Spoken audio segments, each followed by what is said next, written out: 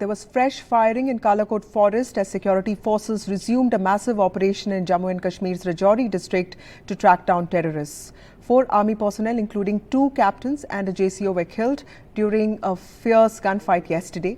A major and soldier are injured. They have been shifted to the Army's command hospital for treatment. Among the fallen soldiers, 3 are Special Forces commandos. 1 terrorist has been killed. He is said to be a Pak national and a hardcore terrorist. He has been trained on the Pakistan and Afghan front. He is a highly ranked terrorist leader of Lashkar-e-Taiba, and he's been active in the Rajouri Poonch along with his group for the past 1 year. He is also believed to be the mastermind of the Dangri and Kandi attacks. He was sent to revive terrorism in the region. He is an expert in IEDs, operating and hiding from caves, and a trained sniper.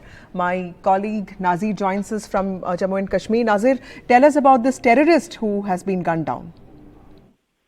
Well, after 24-hour-long gun battle, the militant who has been killed, who is said to be the Pakistani national Quari, a Lashkar terrorist who has been operating in this area for some time and accused of being involved in several terror attacks in this particular area, including the killing of minorities. So his identity is that would be properly established as well.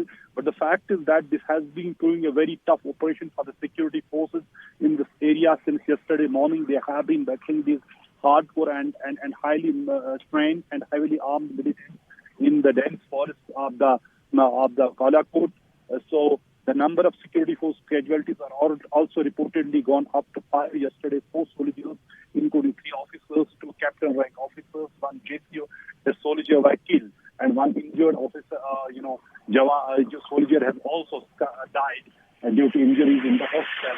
And the way it is going, the security forces have been mounting relentless operations against militants in this area, which is not like the plains of the valley. It is here the dense forests, natural caves, and the difficult terrain provide the perfect shelter to militants and the hideouts. That's why they take the advantage of the terrain there and dense forests and carry out their activities.